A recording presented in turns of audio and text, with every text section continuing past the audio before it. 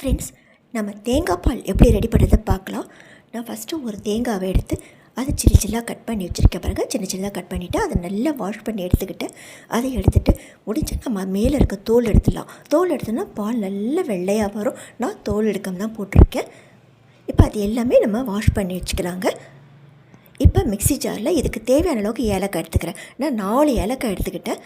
கூடவே நம்ம கட் பண்ணி வச்சுருக்க தேங்காவெல்லாம் போட்டுக்கிறோம். எல்லாம் போடாமல் கொஞ்சமாக கூட போட்டு அரைச்சிக்கலாம். இது கூட நான் ஒரு சிட்டிக்கை அளவுக்கு உப்பு போட்டுக்கிறேங்க. உப்பு போட்டால் அந்த தேங்காய் பாலுடைய டேஸ்ட் இன்னும் சூப்பராக கூடுங்க.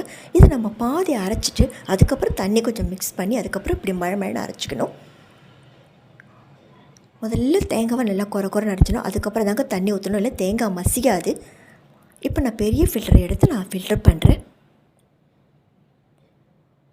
இது ஃபஸ்ட்டு பால் எடுக்கிறோங்க. ஃபஸ்ட்டு பால் எப்பயுமே யாருமே சாப்பிடக்கூடாதுங்க. திக்காக இருக்கும், அது தொண்டைக்கு ப்ராப்ளம் கொடுக்கும். ஸோ திக்காக இருக்க பால் இல்லாமல் அது நம்ம தண்ணியாக தான் நம்ம சாப்பிட்ணும்.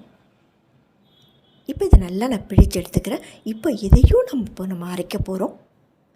கம்ப்ளீட்டாக இது நல்லா பிழிஞ்சுக்கிறோம். இப்போது நம்ம பிழிஞ்செடுத்த திப்பியை திருப்பி இன்னொரு வாட்டி நம்ம அரைக்க போகிறோம். நல்லா தண்ணி ஊற்றி இப்போ அரைக்கலாம். இப்போ அதையும் நல்லா பிழிஞ்சு எடுத்துக்கிறோங்க. நல்லா ஒட்ட பிழிஞ்சிக்கலாம். இது 3வது தடவை போட்டு அரைக்கணும்னு அவசியம் இல்லை. 2 தடவை அரைச்சாலே போதும். இதுலேயே நமக்கு தேவையான அளவுக்கு பால் கிடச்சிரும். இப்போ இந்த பெரிய ஃபில்டரில் இருந்து நம்ம எல்லா திப்பையும் எடுத்துட்டோம். இப்போ நான் அதை திருப்பி இன்னொரு வாட்டி ஃபில்டர் பண்ணுறேன். ஏன்னா பெரிய ஃபில்டரில் துளைகள் கொஞ்சம் அதிகமாக இருக்கும், ஹோல்ஸ் ஜாஸ்தியாக இருக்கிறதால இன்னும் கொஞ்சம் திப்பிலாம் விழுந்திருக்கும். இப்போ நான் இன்னும் சின்னதாக இருக்கிற ஃபில்டரில் ஃபில்டர் பண்ணுறேங்க. இப்போ சூப்பரான தேங்காய் பால் நமக்கு கழிச்சு பாருங்கள். இதுலேயும் இந்த திப்பி நிற்கிது பார்த்திங்களா. ஏன்னா குழந்தைங்களாம் சாப்பிடும்போது அதுங்களுக்கு தொண்டை எதுவும் ப்ராப்ளம் கொடுக்கக்கூடாது. ஸோ இன்னொரு வாட்டி நம்ம ஃபில்டர் பண்ண தப்பில்லை. நான் இதை கொஞ்சம் சர்க்கரை படாமல் எடுத்துக்கிட்டேன்.